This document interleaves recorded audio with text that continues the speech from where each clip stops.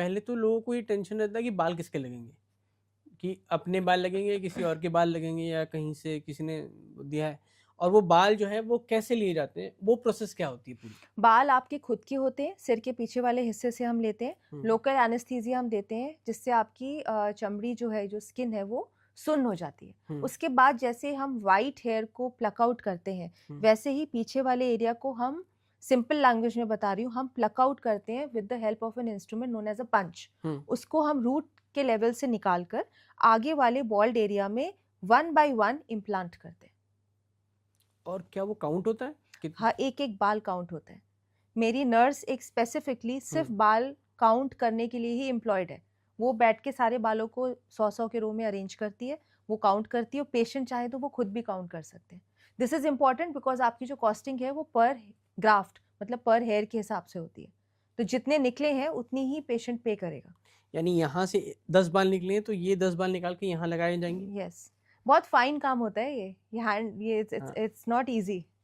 तो ये जो प्रोसेस होती है, फिर आप बाल निकाल के उसी समय लगा देते हैं? हाँ, तो हम कोशिश करते हैं जितनी जल्दी हो हम उसको इम्प्लांट कर लें। 2-3 तरीके हैं, या तो आप इमीडिएटली लगा दीजिए या उनको आधे 1 घंटे एक प्रिजर्वेटिव मीडियम में स्टोर करके फिर लगा दीजिए। बट हाँ, it should go inside the body within 1 to 2 hours. और जब ये होता है तो किस तरह के इफेक्ट आते हैं? मतलब जैसे ऑपरेशन होता है तो कोई ना कोई प्रॉब्लम रहती है, दर्द होता है, करवट नहीं ले पाता आदमी, तो इस जब हेयर ट्रांसप्लांट कराता है कोई, तो उनको उसके बाद क्या होता है? देखिए, हेयर ट्रांसप्लांट की भी 2 टेक्निक्स हैं। एक एफयूटी स्ट्रिप टेक्निक या एफयूटी टेक्निक होती है जिसमें पीछे चीरा लगता है, एक बाल की स्ट्रिप निकालकर, एक स्किन की स्ट्रिप निकालकर उसमें से बालों को निकाल के लगाते हैं। जहाँ से वो स्ट्रिप निकालते हैं वहाँ पे स्टिचेस लगते हैं, तो वो ज़्यादा पेनफुल प्रोसीजर है। उसमें स्टिचेस लगे, फिर वो टाँके हटेंगे। मुझे वो प्रोसीजर इतना पर्सनली नहीं अपील करता है। जो हम करते हैं वो एफयूई प्रोसीजर है, उसका भी लेटेस्ट फॉर्म है। तो जहाँ से हमने निकाला वहाँ छोटे-छोटे छेद होते हैं, वो हफ्ते भर में हील हो जाएँगे, स्किन नॉर्मल हो जाती है, बाल उग जाते हैं उस एरिया में, और जहाँ हम लगाते हैं वहाँ पे तो कोई इश्यू ही नहीं है। टोटल हीलिंग में 1 वीक लगता है, लेकिन आप अपनी दिनचर्या अगले ही दिन से शुरू कर सकते हैं। लेकिन मैंने देखा है कि जिन्होंने ट्रांसप्लांट कराया ना, उनका सर ऐसा सूज जाता है और ऐसे लाल लाल लाल लाल चकत्ते से हो जाते हैं, दानेदार से होता है, वो क्या होता है? नहीं, जब आप ट्रांसप्लांट कराते हैं, जिधर बाल लगते हैं, उधर लाल-लाल नज़र आता है सर्जरी के 1 या 2-3 घंटे तक। उसके बाद वो लाल-लाल काला हो जाता है या ब्लैक कलर का बन जाता है, वो क्रस्ट बन जाती है। जब हमें चोट लगती है तो उसमें खिरिंड या क्रस्ट बनती है, करंट बन जाती वैसे ही डॉट डॉट्स करके वो डेड टिश्यू है, वो क्रस्ट बन जाता है, जो अगले दिन से ब्लैक ब्लैक डॉट्स करके नज़र आता है। ये जो क्रस्ट है 1 हफ्ते में झड़ जाते हैं और फिर बाल नज़र आते हैं। पीछे वाले एरिया में छोटे होल्स होते हैं, वो भी हील हो जाते हैं। जहाँ तक हम सूजन की बात करें, सो बेसिकली हम लोकल एनेस्थीसिया देते हैं। लोकल एनेस्थीसिया आपकी स्किन में जम जाता है और 2 से 3 दिन में वो धीरे-धीरे बॉडी में डिफ्यूज़ हो जाता है। I am trying to explain in हाँ अ हाँ, वेरी बिल्कुल बिल्कुल, सिंपल बहुत अच्छा लग लैंग्वेज। रहा है, मुझे समझ में भी आ रही चीजें। हाँ, तो वो लोकल एनेस्थीसिया की वजह से वो स्वेलिंग 2-3 दिन रहती है और वो अपने आप बॉडी में डिफ्यूज़ हो जाता है और स्वेलिंग 2-3 दिन में बिल्कुल गायब हो जाती है। यानी आती है स्वेलिंग, और वो किस तरह की स्वेलिंग होती है? मतलब बहुत ज्यादा होती है, दिखती है, विजिबल होती है, सो हम क्या करते हैं, जब हम लोकल एनेस्थीसिया देते हैं, नीचे एक टेनिस बैंड लगा देते हैं। अगर पेशेंट वो टेनिस बैंड 3-4 दिन तक लगा के रखता है तो वो स्वेलिंग नीचे आती ही नहीं है फेस पे। वो सिर के की तरफ से बॉडी में पीछे डिफ्यूज हो जाती है। अदरवाइज अगर हम बैंड नहीं लगाते तो माइल्ड टू मॉडरेट स्वेलिंग आती है, नॉट मच। सबको आती है जो ट्रांसप्लांट कराता है? अगर यहाँ एनेस्थीसिया दिया गया है तो स्वेलिंग आने के चांसेस 95%, 99% केसेस में रहते हैं।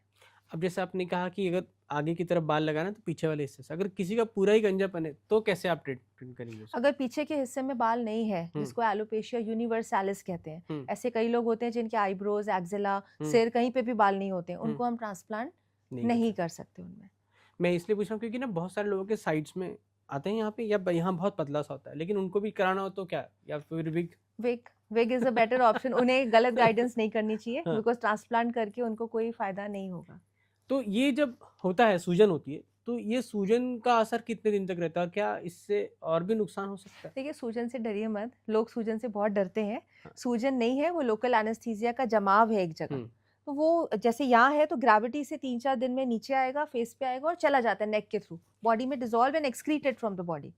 नहीं, मैं इसलिए सवाल पूछ रहा हूँ कि लोग इससे डरते हैं कि एक तो एक सर पे सर्जरी हो रही है, ऊपर से वो सूजन आती है, तो कहीं ये दिमाग पे असर करेगी, ऐसा दिमाग में एक लोगों के रहता है कि कहीं ये हमें अंदर इंटरनली कोई इम्पैक्ट करेगी, क्या होता है ऐसा? वो सर्जरी सर पे नहीं हो रही, वो सर की स्किन पे हो रही है।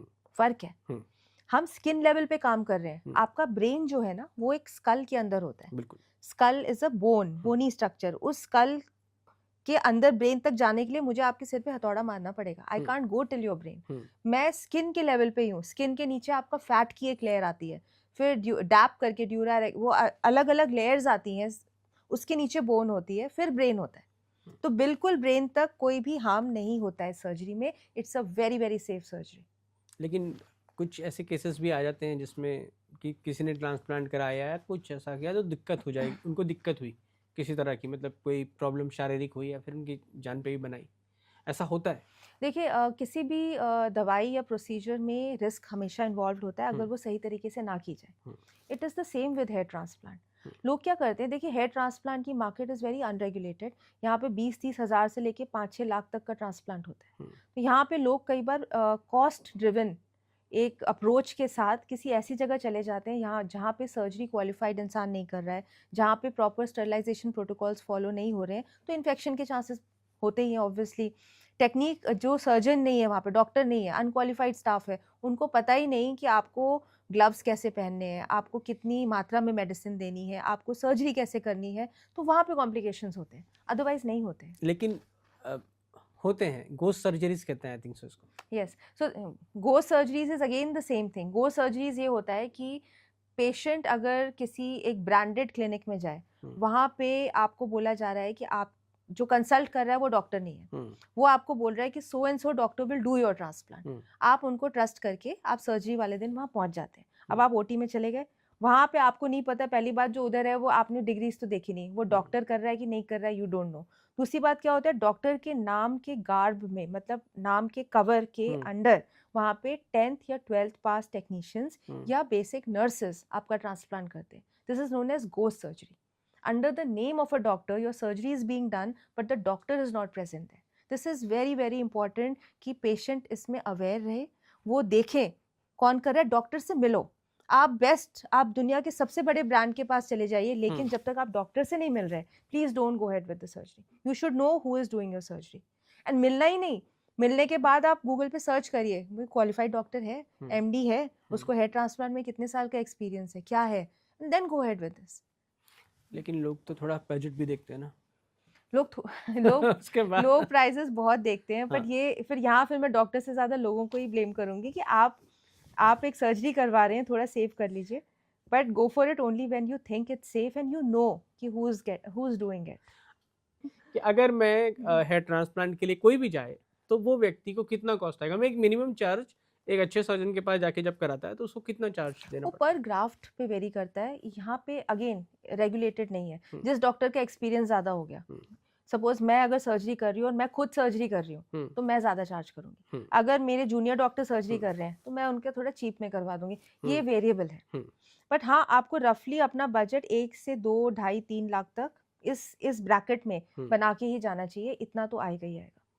मतलब ये, क्योंकि इसमें क्या क्या इन्वॉल्व होता है फिर? इसमें आपकी पूरी सर्जरी इन्वॉल्व होती है। सर्जरी के बाद 4-5 दिन की मेडिसिन इन्वॉल्व होती है,